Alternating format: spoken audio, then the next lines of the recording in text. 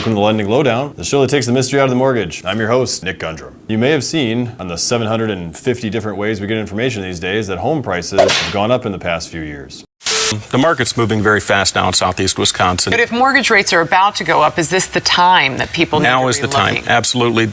Well, Melissa, high home prices along with strong demand have a boom for local economies and home values in those markets. A new study ranked the top markets for millennials. Drum roll, the lead, Madison, Wisconsin, ranked among the top, according to the National Association of Realtors. Tech is moving in, and young home buyers like Garrick Rome are following.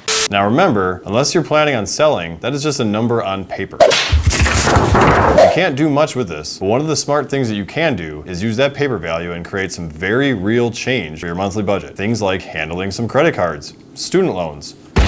They all come to mind. Traditionally, taking money out of your house with a fixed rate is capped at 80% of the home's value. For example, if you have a house worth $300,000, the most you would get is $240,000 in a loan. But oh no, not here. Here we go to 90% or $270,000. That might not seem like a big deal, but let's check out a real life example of someone who took advantage of that program this summer. These folks bought their home in 2015 for $320,000, and at the time they put 5% down. Come this summer, they had that loan down to about $285,000. Here's where it becomes quite interesting. They came to me because they were in some credit card debt, which was to the tune of $69,262, and you may be thinking, how on earth does that happen? Well, let's face it, we're all in medical debt away from that. That may or may not be the case here, but that can easily happen. The minimum monthly payments on these cards was a massive $1,727. I don't know exactly what the interest payments on these were, so I just assumed a low end at around 12% on average. If that was the case, they were paying about $690 in interest per month if she wasn't doing any other principal. So obviously, something needed to be done. I hit up some real estate agents and asked them to do a comparative market analysis so I could get a glimpse as to what the approximate value was. It seemed like we had some room to make this work. The appraisal came back at $410,000, which was a huge shot in the arm. This meant that now our maximum loan amount was $369. $369 minus $285 is $84, and now had $84,000 to play with. We decided to put them on a 20-year loan that was in the threes for a fixed rate. So what on earth did this all mean for them? Their mortgage payment per month went from $1,933 to $2,855.09 for an increase of $922.09. But remember, they're eliminating $1,727 in credit card payments. So they're accelerating their mortgage and decreasing their overall monthly bills by a grand total of $804.91 a month, which is $9658.92 a year. Talk about a win on every possible angle. They should be back to the equity position in the house that they had in about 6 years, but they'll pay a heck of a lot less interest to do it. They could also take the $804.91 and accomplish the same feat in about 3.5 years.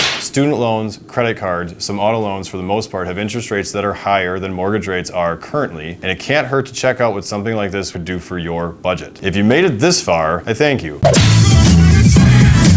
I'm trying to make this whole thing with real world experiences and not just the garbage rhetoric you see out there. There isn't a pressing a dial and poof comes a mortgage. This stuff takes serious thought, and it seems everyone out there wants to either be cheesy, which I've done, or generic. These are the types of conversations that actually happen with me. Tune in next week when I explain how to more properly use your credit cards. See ya.